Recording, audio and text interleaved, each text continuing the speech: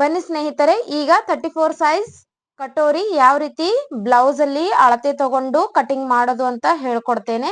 ಹಾಗೆ ನಾನು ಇದೇ ಸೈಜ್ ನ ಬುಕ್ ಅಲ್ಲಿ ಸಹ ಮೆಜರ್ಮೆಂಟ್ ಬರ್ದಿಟ್ಕೊಂಡಿದ್ದೇನೆ. ಯಾವ ರೀತಿ ಬರಿಬೇಕು ಅಂತ ನಿಮ್ಗೆ ಆಮೇಲೆ ಸ್ಕ್ರೀನ್ ಅಲ್ಲಿ ಹಾಕ್ತೇನೆ. ಆ ರೀತಿ ನೀವು ಬರ್ಕೊಳ್ಳಿ ಬುಕ್ ಅಲ್ಲಿ. ಈಗ ಬ್ಲೌಸ್ ಮೇಲೆ ಯಾವ ರೀತಿ ಅಳತೆ ತಗೋಣ ಅಂತ ನಾನು ನಿಮ್ಗೆ ಈಗ ತೋರಿಸ್ಕೊಡ್ತೇನೆ. ನೋಡಿ, ಇದು ಬ್ಲೌಸು, ರೆಡಿ ಬ್ಲೌಸ್ ಇದೆ.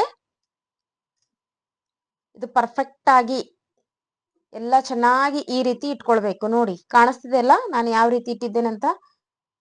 ನಮ್ಮ ಬಾಡಿಯಲ್ಲಿ ಯಾವ ರೀತಿ ನಾವು ಬ್ಲೌಸ್ ಹಾಕೊಂಡಾಗ ಕೂಡತ್ತಲ್ಲ, ಸೇಮ್ ಅದೇ ರೀತಿ ಇಲ್ಲಿ ಇಟ್ಕೊಳ್ಬೇಕು. ನಂತರ ಬ್ಲೌಸ್ ಉದ್ದ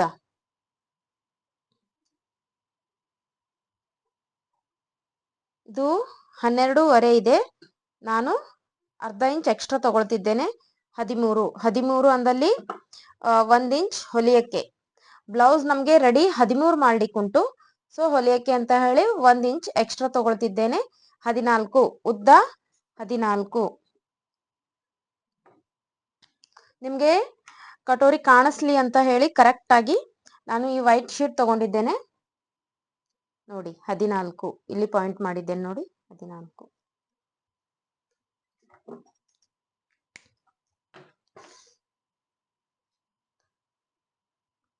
ನೋಡಿ, ಈ ರೀತಿ ಈ ಆರ್ಮೋಲ್ ಇಂದ ಈ ಆರ್ಮೋಲ್ ವರೆಗೂ ನಾವು ಮೆಜರ್ಮೆಂಟ್ ಕರೆಕ್ಟ್ ಆಗಿ ನೋಡ್ಕೋಬೇಕು. ಮೊದಲು ಕರೆಕ್ಟ್ ಆಗಿ ಇಟ್ಕೊಳ್ಬೇಕು. ನಂತರ ನೋಡಿ 17, ಇಲ್ಲಿ 17ರ ಅರ್ಧ ಭಾಗ 8.5.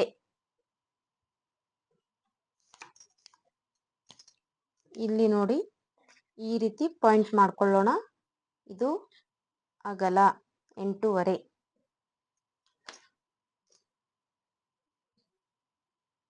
ಶೋಲ್ಡರ್ ನೋಡಿ 10 ಬಂದಿದೆ ಅಲ್ಲ. ಇಲ್ಲಿ ನಾವು 5 ತಗೊಳ್ಳೋಣ. ಶೋಲ್ಡರ್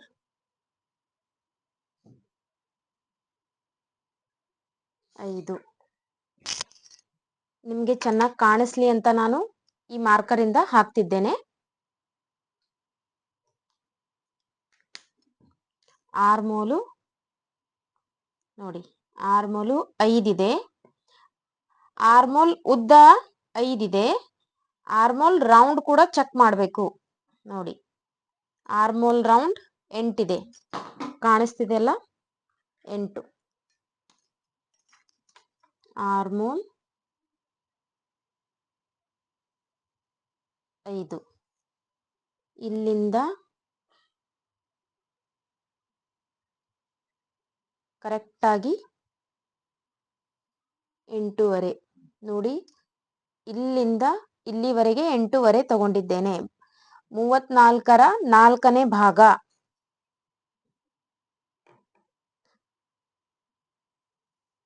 ಈ ರೀತಿ ನಮ್ದು ಮೆಜರ್ಮೆಂಟ್ ರೆಡಿ. ಇಲ್ಲಿ ನಾವು ನೋಡಿ 2 ಇಂಚ್ ಅಗಲ ತಗೊಳ್ತಿದ್ದೇನೆ ಎಕ್ಸ್ಟ್ರಾ. ಈಗ ನಾವು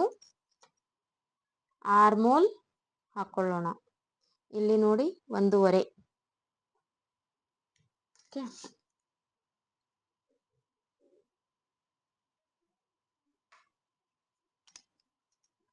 ಈ ಆರ್ಮೋಲ್ ರೌಂಡ್,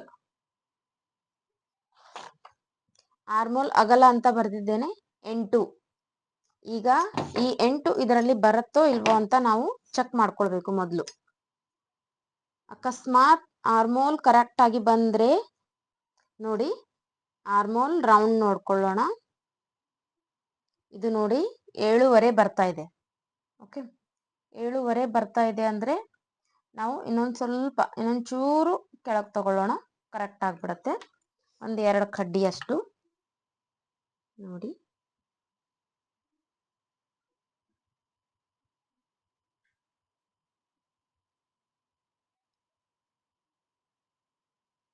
ಕಂಪಲ್ಸರಿ ಆರ್ಮೋಲ್ ನೋಡ್ಕೋಬೇಕು ಫ್ರೆಂಡ್ಸ್. ಆರ್ಮೋಲ್ ನೋಡದೇನೆ ಬರೀ ಬ್ಲೌಸ್ ಉದ್ದ ತಗೊಂಡು ಹಾಕಬಾರ್ದು.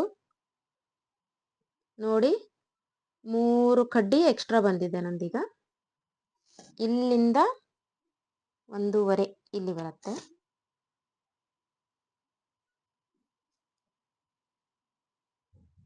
ನೋಡಿ,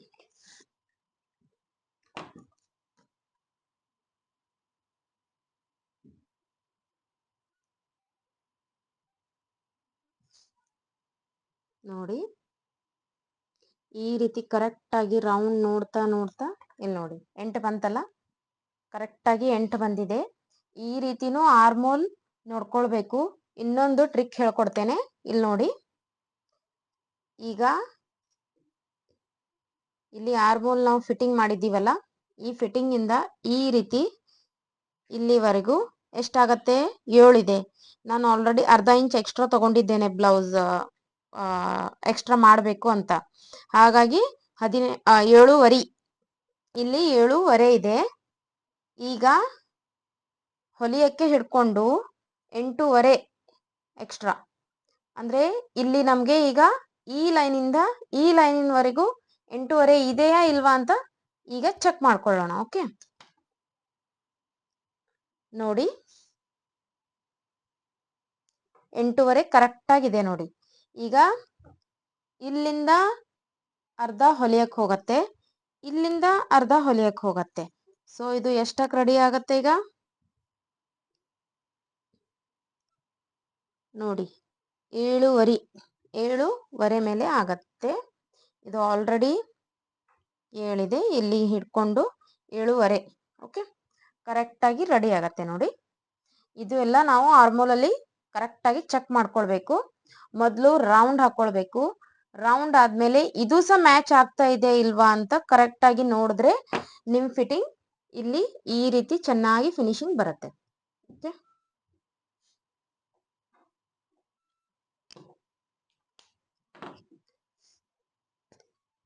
ಈಗ ಬ್ಯಾಕ್ ನೋಡ್ಕೊಳ್ಳೋಣ.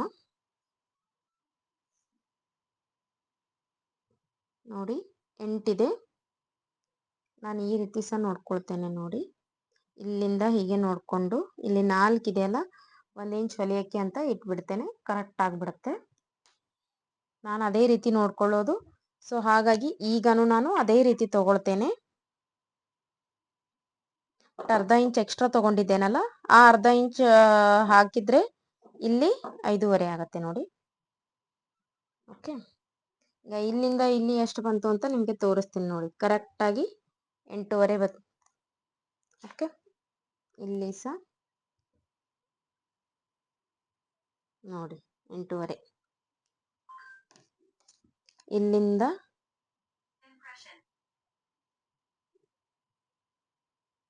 2.5.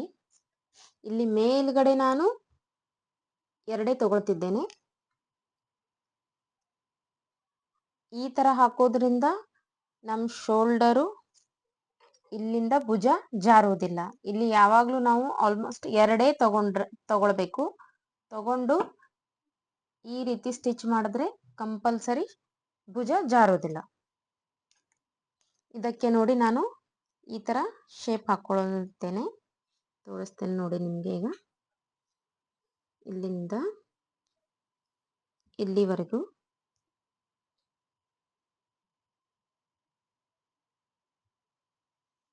ನೋಡಿ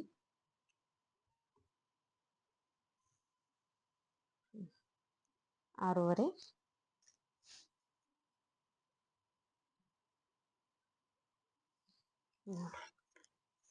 ಈ ತರ ಶೇಪ್ ಹಾಕೊಂಡಿದ್ದೇನೆ ನನ್ನ ಬ್ಲೌಸ್ಗೋಸ್ಕರ. ಬನ್ನಿ ಈಗ ಯಾವ ರೀತಿ ಕಟಿಂಗ್ ಮಾಡೋದು ಅಂತ ತೋರಿಸ್ತೇನೆ.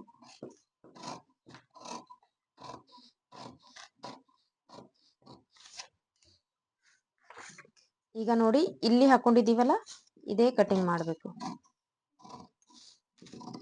ಆರ್ಮೋಲ್ ಅಲ್ಲಿ ನಿಮ್ಗೆ ಏನೇ ಕನ್ಫ್ಯೂಸ್ ಆಗಿದ್ರು ಕೂಡ ನನಗೆ ಕೇಳಿ, ನಾನು ನಿಮ್ಗೆ ಬೇಕಾದ್ರೆ ಇನ್ನೊಮ್ಮೆ ತಿಳಿಸ್ಕೊಡ್ತೇನೆ.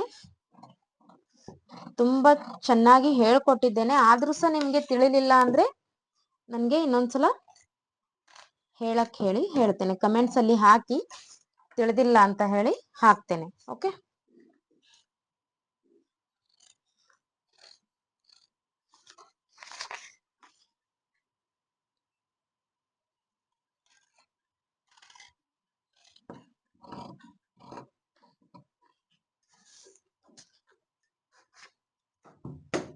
ನೋಡಿ ಈ ರೀತಿ ಶೇಪ್ ರೆಡಿ ಆಗತ್ತೆ.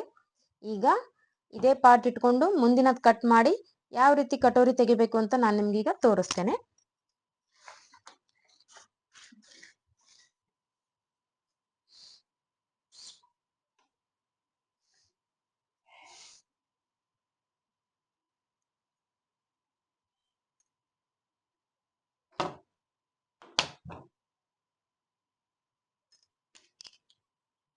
ಈಗ ನೋಡಿ ಕಟೋರಿ ಪಾರ್ಟ್ ತೆಗಿಬೇಕಲ್ಲ, ಇಲ್ಲಿಂದ ನಾನು ಅರ್ಧ ಭಾಗ, ಬರೀ ಅರ್ಧ ಇಂಚು, ನೋಡಿ ಅರ್ಧ ಇಂಚು ಎಕ್ಸ್ಟ್ರಾ ತಗೊಳ್ತಿದ್ದೇನೆ. ಅದು ಯಾಕೆ ಅಂತ ನಾನು ನಿಮಗೆ ಆಮೇಲೆ ಎಕ್ಸ್ಪ್ಲೇನ್ ಮಾಡ್ತೇನೆ. ಈಗ ನೋಡಿ ಇಷ್ಟು ಇಷ್ಟು ನಮ್ಮದು ಬ್ಯಾಕ್ ಸೈಡ್ ಇದೆ. ಓಕೆ, ಇಷ್ಟು ಬ್ಯಾಕ್ ಸೈಡ್ ಇದೆ. ಇಲ್ಲಿ ಅರ್ಧ ಇಂಚು ಕಂಪಲ್ಸರಿ ತಗೊಳ್ಬೇಕು ಫ್ರೆಂಡ್ಸ್.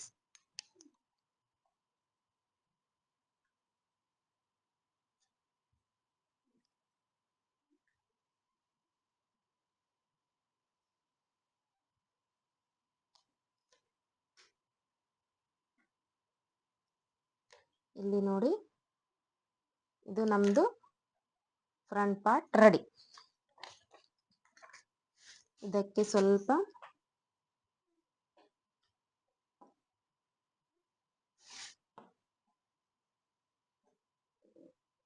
ಈ ರೀತಿ ನಾವೇ ಮಾಡ್ಕೊಳ್ಬೇಕು. ಆಮೇಲೆ ಫ್ರಂಟ್ ನೆಕ್ ಎಷ್ಟಂತ ನೋಡ್ಕೊಳ್ಳೋಣ. ನೋಡಿ ಇಲ್ಲಿ ಭುಜದಿಂದ ಈ ರೀತಿ ತಗೊಂಡು 6 ಇದೆ ನೋಡಿ.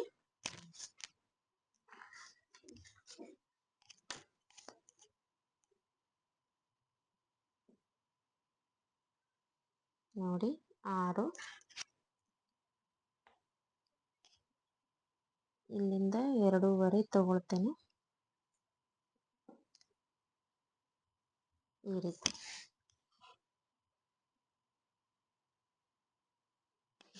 ಓಕೆ, ಇದು ರೆಡಿ ಆಯ್ತು. ಈಗ ಕ್ರಾಸ್ ಬೆಲ್ಟ್ ಇಲ್ಲಿ ನೋಡಿ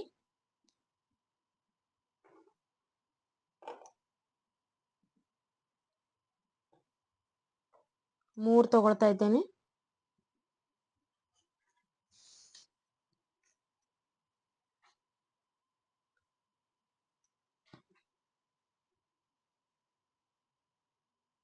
ಈ ರೀತಿ ಈಸಿಯಾಗಿ ಕ್ರಾಸ್ ಬೆಲ್ಟ್ ತೆಗಿಬಹುದು ನೋಡಿ. ನೀವು ಜಾಸ್ತಿ ಏನು ಕಷ್ಟಪಡೋ ಅಗತ್ಯ ಇಲ್ಲ. ನೀವು ನೋಡಿ, ನಿಮ್ಗೆ ಅರ್ಥ ಆಗದಿದ್ರೆ ನಿಲ್ಸಿ ನೋಡಿ, ಅರ್ಥ ಆಗೇ ಆಗತ್ತೆ. ಈಗ ಇಲ್ಲಿಂದ ಇಲ್ಲಿ 8.5 ಇತ್ತಲ್ಲ,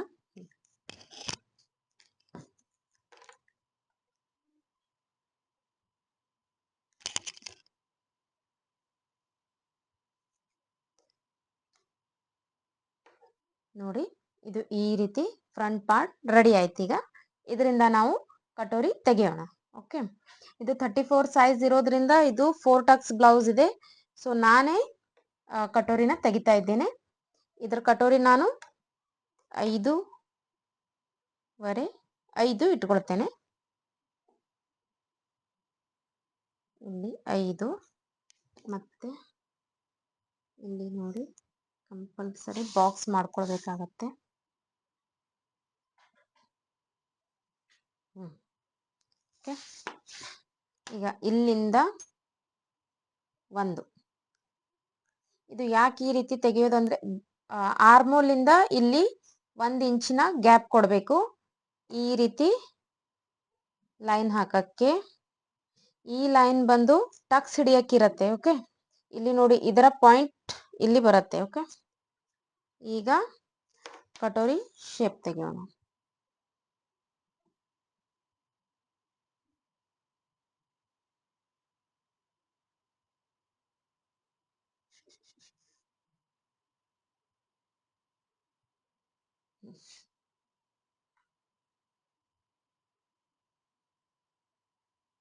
ನೋಡಿ ಕಟೋರಿ ಶೇಪ್ ಬಂದಿದೆ.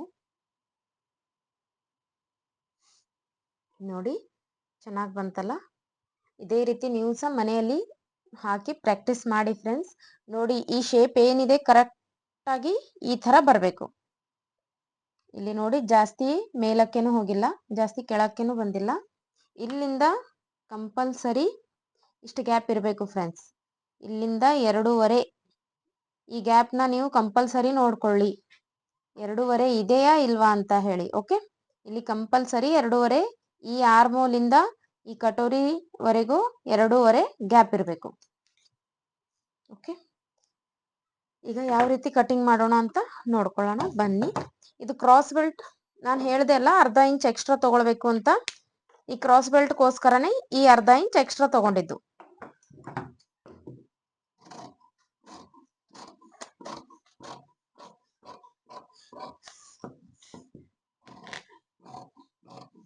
ನೋಡಿ ಇಲ್ಲಿ ಒಳಗಿಂದ ಕಟ್ ಮಾಡೋದು.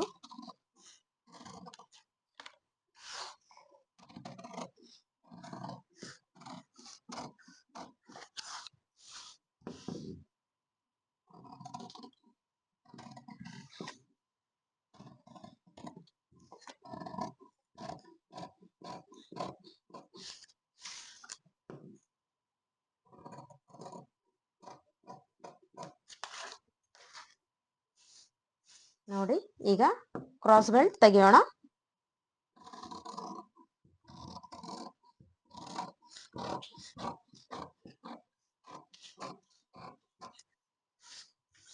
ನೋಡಿ ಕ್ರಾಸ್ ಬೆಲ್ಟ್ ಬಂತು, ಚೆನ್ನಾಗಿ ಬಂತಲ್ಲ ರೌಂಡ್ ಆಗಿ. ಈಗ ಇಲ್ಲಿಂದ ಕಟೋರಿನ ತೆಗೆಯೋಣ.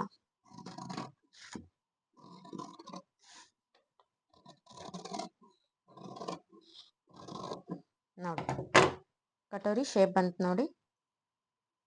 ಈಗ ಇದೇ ಕಟೋರಿನ ಇಟ್ಕೊಂಡು ಇನ್ನು ನಾವು ಇದನ್ನ ಎಕ್ಸ್ಟ್ರಾ ಯಾವ ರೀತಿ ಮಾಡ್ಕೋಬೇಕು, ದೊಡ್ಡದು ಯಾವ ರೀತಿ ಮಾಡ್ಕೋಬೇಕು, ಹೊಲಿಯಕ್ಕೆ ಬೇಕಲ್ಲ, ಸೊ ಯಾವ ರೀತಿ ಮಾಡ್ಕೊಳ್ಬೇಕು ಅಂತ ಈಗ ತೋರಿಸ್ತೇನೆ ಬನ್ನಿ.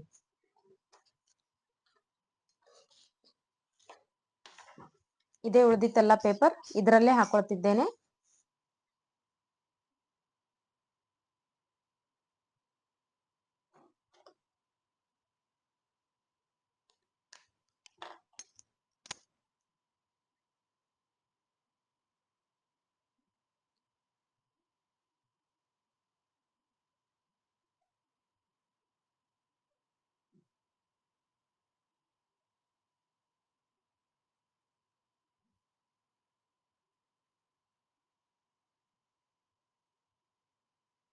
ನೋಡಿ ಸೇಮ್ ಶೇಪ್ ತೆಗೆದೆ. ಈಗ ಇಲ್ಲಿಂದ 1.5 ನೋಡಿ ಕರೆಕ್ಟಾಗಿ ನೋಡಿ 1.5 ತಗೊಂಡಿದ್ದೇನೆ.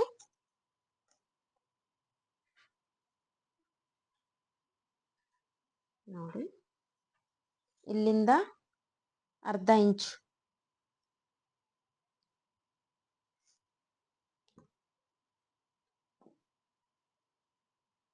ಕರೆಕ್ಟಾಗಿ ಅರ್ಧ ತಗೊಳ್ಬೇಕು. ಇಲ್ಲ ಸ್ವಲ್ಪ ಒಮ್ಮೆ ಹೆಚ್ಚು ಕಡಿಮೆ ಆಗತ್ತೆ, ಹಾಗಾಗಿ ಈ ರೀತಿ ಇಟ್ಕೊಂಡು ತಗೊಳ್ಳಿ, ಹೆಚ್ಚು ಕಡಿಮೆ ಆಗೋದಿಲ್ಲ. ನೋಡಿ ಇಲ್ಲಿಂದ ಇಲ್ಲಿ. ಓಕೆ,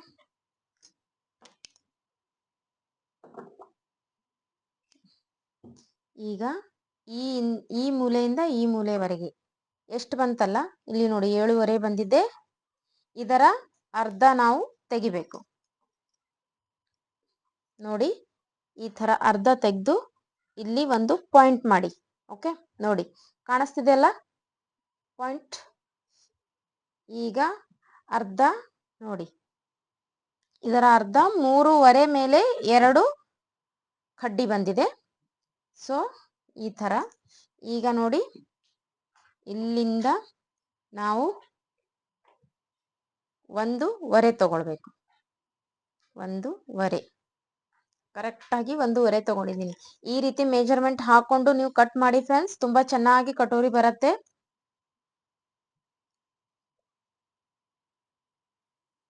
ನೋಡಿ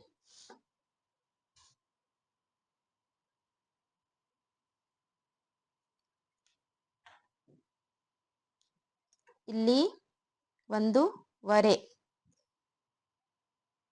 ಇಲ್ಲಿ 1.5, ಇಲ್ಲಿ 1/2 ಇಂಚ್.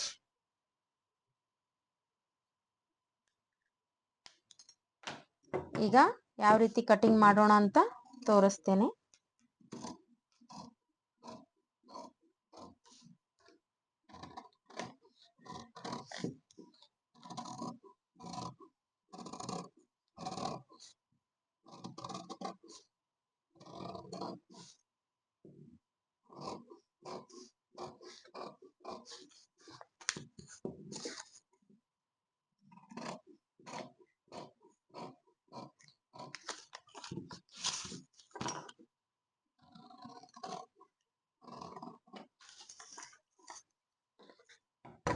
ನೋಡಿ, ರೆಡಿ ಆಯ್ತು.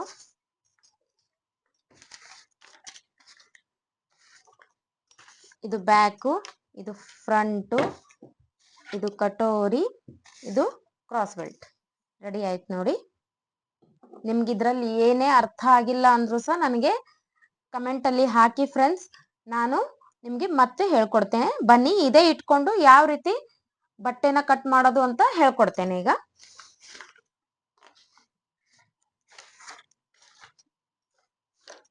ಇದು ಲೈನಿಂಗ್ ಇದೆ ಫ್ರೆಂಡ್ಸ್. ಮೊದಲು ನಾನು ಲೈನಿಂಗ್ ಮೇಲೆ ಹಾಕೊಳ್ತೇನೆ.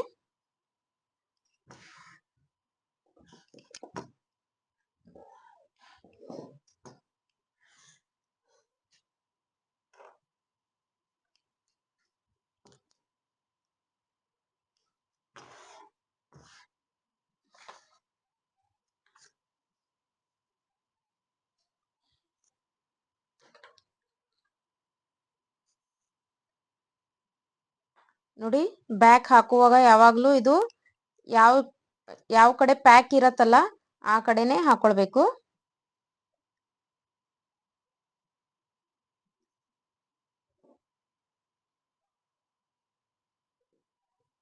ನಾನು ಯಾವ ಶೇಪ್ ತೆಗ್ದಿದ್ದೆ ಅಲ್ಲ ಅದೇ ಶೇಪ್ ತೆಗಿತಿದ್ದೇನೆ ನೋಡಿ. ಇದು ನಿಮಗೆ ಹೊಲ್ದಿಸ ಹಾಕ್ತೇನೆ, ನೀವು ನೋಡಿ ಸ್ನೇಹಿತರೆ, ತುಂಬ ಚೆನ್ನಾಗಿ ಬರುತ್ತೆ. ಕ್ಯಾನ್ವಾಸ್ ಹಾಕೋದಿಲ್ಲ, ನಾನು ಕ್ಯಾನ್ವಾಸ್ ಹಾಕದೇನೆ ಹೊಲಿತೇನೆ. ನೋಡಿ, ನಾನು ಕ್ಯಾನ್ವಾಸ್ ಹಾಕದೇನೆ ಹೊಲಿಯೋದು. ನಿಮಗೆ ಇನ್ನೊಂದು ಶೇಪ್ ಬಗ್ಗೆ ಹಾಕಿದ್ದೆ ನೋಡಿ. ಕ್ಯಾನ್ವಾಸ್ ಹಾಕದಿದ್ರು ಸಹ ಚೆನ್ನಾಗಿ ಬರುತ್ತೆ, ಅಷ್ಟೇ ಮೆಥಡ್ ಗೊತ್ತಿರಬೇಕು. ನೋಡಿ, ಇದೇ ಶೇಪ್ ಬಂದಿದೆ.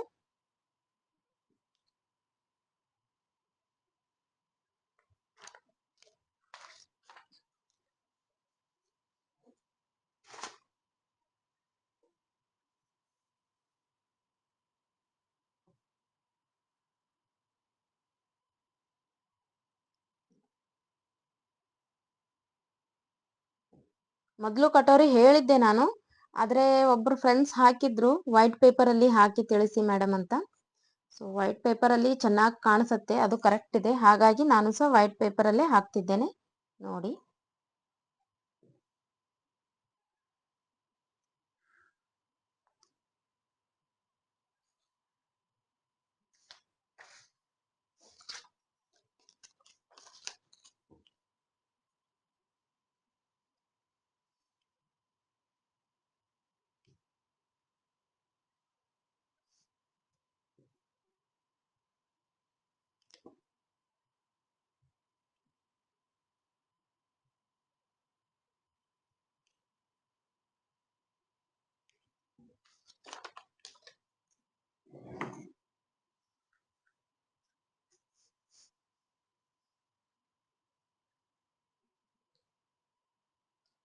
ಈಗ ನಾವು ದೊಡ್ಡದು ಕಟೋರಿ ಮಾಡಿದ್ದೀವಲ್ಲ ಅದು ಇಟ್ಕೊಳ್ಬೇಕು. ಚಿಕ್ಕ ಕಟೋರಿ ಇಟ್ಕೊಂಡು ಮತ್ತೆ ಕಟ್ ಮಾಡಬಾರ್ದು, ಶೇಪ್ ಎಲ್ಲ ಹಾಳಾಗಿ ಹೋಗುತ್ತೆ.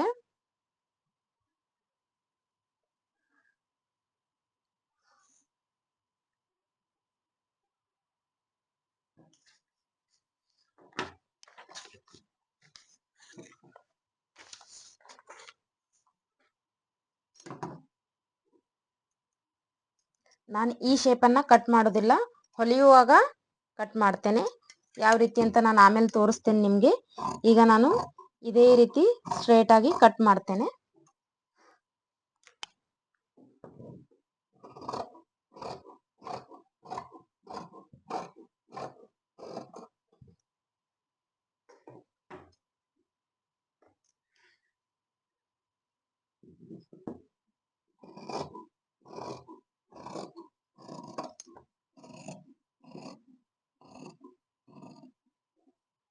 ನೋಡಿ ಈ ಪಾರ್ಟ್ ರೆಡಿ ಆಯ್ತು.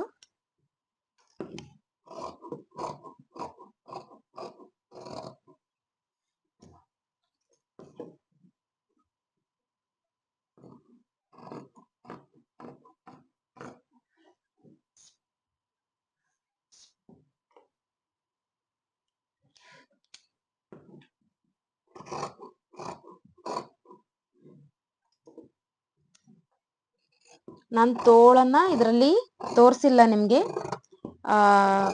ಎಲ್ಬೋ ಪಫ್ ಮಾಡ್ಲಿಕ್ಕೆ ಉಂಟು ತೋಳು, ಅದ್ರದ್ದೇ ನಾನು ನಿಮಗೆ ಸಪ್ರೇಟ್ ಆಗಿ ವಿಡಿಯೋ ಮಾಡಿ ಹಾಕ್ತೇನೆ.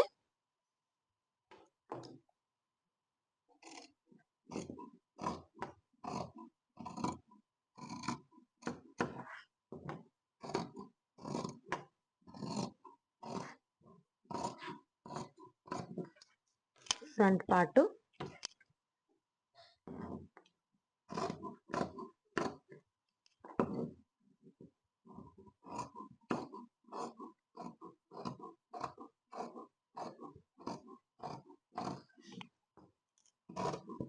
ಯಾರಿಗೆಲ್ಲ ಇಷ್ಟ ಆಯ್ತು ಲೈಕ್ ಮಾಡಿ ಫ್ರೆಂಡ್ಸ್, ಕಮೆಂಟ್ಸ್ ಮಾಡಿ, ಸಪೋರ್ಟ್ ಮಾಡಿ. ನಾನು ನಿಮಗೆ ನನ್ನ ವಿದ್ಯೆನ ಹೇಳ್ಕೊಡ್ತಿದ್ದೇನೆ, ಹಾಗೆ ನನಗೆ ಸಪೋರ್ಟ್ ಮಾಡಿ. ನನ್ನಿಂದ ನೀವು ಮೇಲಕ್ಕೆ ಬನ್ನಿ, ನನಗೆ ಸಹ ಮೇಲಕ್ಕೆ ಇದು ಮಾಡಿ. ಪ್ಲೀಸ್ ಫ್ರೆಂಡ್ಸ್, ಸಪೋರ್ಟ್ ಮಾಡಿ. ಹಾಗೆ ನೋಡಿ ಬಿಟ್ಬಿಡ್ಬೇಡಿ. ಲೈಕ್, ಕಮೆಂಟ್, ಸಬ್ಸ್ಕ್ರೈಬ್, ಸಪೋರ್ಟ್ ಎಲ್ಲನೂ ಬೇಕು.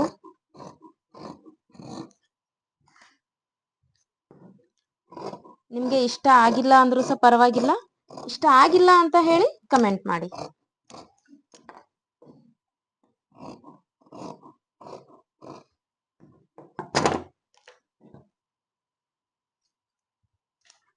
ಇನ್ನು ಇಷ್ಟು ಬಟ್ಟೆ ಉಳಿದಿದೆ, ಇದನ್ನ ನಾನು ಪಫ್ ಮಾಡಬೇಕಲ್ಲ, ಎಲ್ಬೋ ಪಫ್, ಅದಕ್ಕೆ ಯೂಸ್ ಮಾಡ್ತೇನೆ. ಆಮೇಲೆ ಇದು ಮೇನ್ ಫ್ಯಾಬ್ರಿಕ್.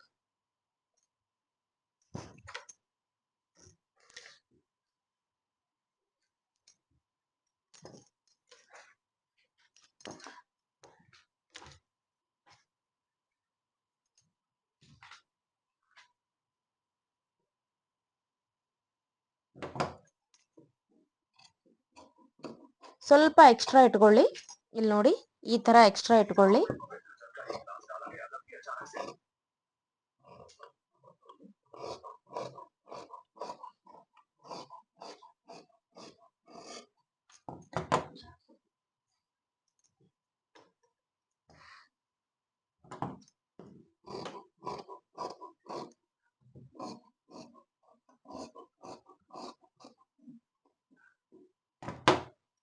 ನೋಡಿ, ಇದು ಬ್ಯಾಕ್ ಸೈಡು.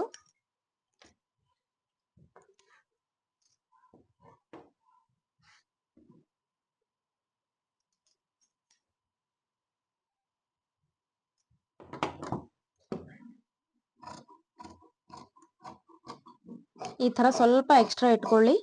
ಸ್ವಲ್ಪ ಕಟಿಂಗ್ ಅಲ್ಲಿ ಏನು ಸಹ ಹಿಂದೆ ಮುಂದೆ ಆದ್ರೂ ಸಹ ಅದು ನಿಮ್ಗೆ ಕರೆಕ್ಟ್ ಆಗ್ಬಿಡತ್ತೆ.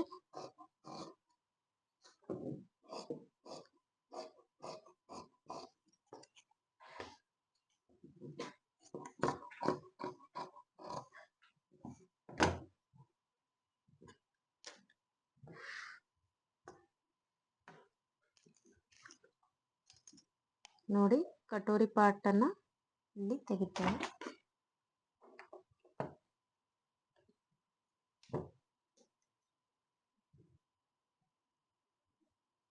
ನಾನು ಇಲ್ಲೇ ಅಡ್ಜಸ್ಟ್ ಮಾಡ್ತಿದ್ದೇನೆ. ಆ ಕಡೆ ನನಗೆ ಎಲ್ಬೋ ಪಫ್ ಮಾಡ್ಲಿಕ್ಕುಂಟು.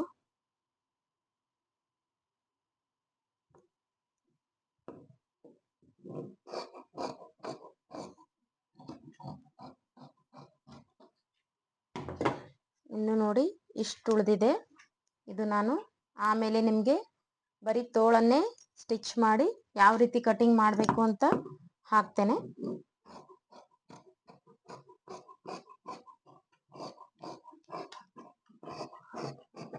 ಫ್ರೆಂಡ್ಸ್, ಇಷ್ಟ ಆದಲ್ಲಿ ಲೈಕ್ ಮಾಡಿ, ಕಮೆಂಟ್ಸ್ ಮಾಡಿ. ಇಷ್ಟ ಆಗದೆ ಇದ್ರು ಸಹ ಲೈಕ್ ಮಾಡಿ, ಕಮೆಂಟ್ ಮಾಡಿ, ಸಪೋರ್ಟ್ ಮಾಡಿ ಫ್ರೆಂಡ್ಸ್. ಸಬ್ಸ್ಕ್ರೈಬ್ ಮಾಡ್ಕೊಳ್ಳಿ. ಇದೇ ತರ ನಿಮ್ಗೆ ಒಳ್ಳೆ ಒಳ್ಳೆ ವಿಡಿಯೋನ ಹಾಕ್ತಾ ಇರ್ತೀನಿ. ನೀವು ಸಪೋರ್ಟ್ ಮಾಡಿದ್ರೆ ನಾನು ನನ್ಗೆ ಗೊತ್ತಿರೋ ಎಲ್ಲ ಒಳ್ಳೆ ಒಳ್ಳೆ ವಿಡಿಯೋಸ್ ಹಾಕ್ತಿರ್ತೇನೆ ಫ್ರೆಂಡ್ಸ್.